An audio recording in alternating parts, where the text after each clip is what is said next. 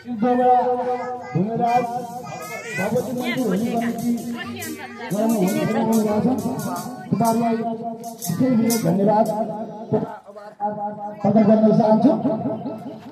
जुन उद्देश्य, जुन आशा, जुन भरोसा तपाईँहरूले यो होलीमा आफ्नो मन वचन कर्म गरेर होलीमा आफ्नो सम्पूर्ण मनले समय दिएर तपाईँलाई होली खेल्नु भएको छ। तपाईँलाई धेरै धेरै धन्यवाद छ। अब हामीले एउटा सम्पूर्ण यो कमिटी, यो मन्दिर, यो धनुराज भगवती मन्दिर भनेको हाम्रो हो।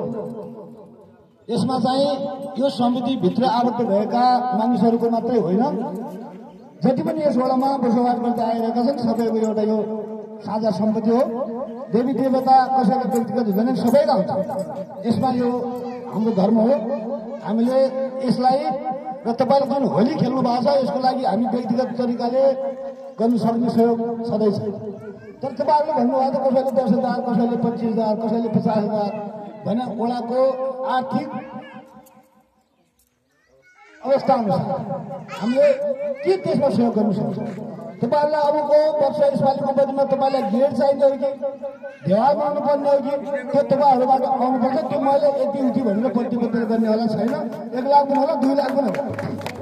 तपाईँहरूले जे सिफारिस गर्नुहुन्छ तपाईँहरू बस्नुहोस्, या त्यहाँ गेट बनाइदिनु पर्यो, या देवाललाई पुरा गर्नु पर्यो, या केही अरू त्यस्तो विषय लिएर छलफल गरेर तपाईँहरू आउनु होला।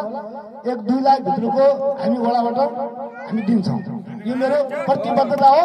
तपाईँहरूले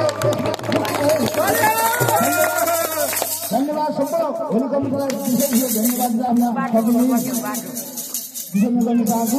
धन्यवाद, नमस्कार।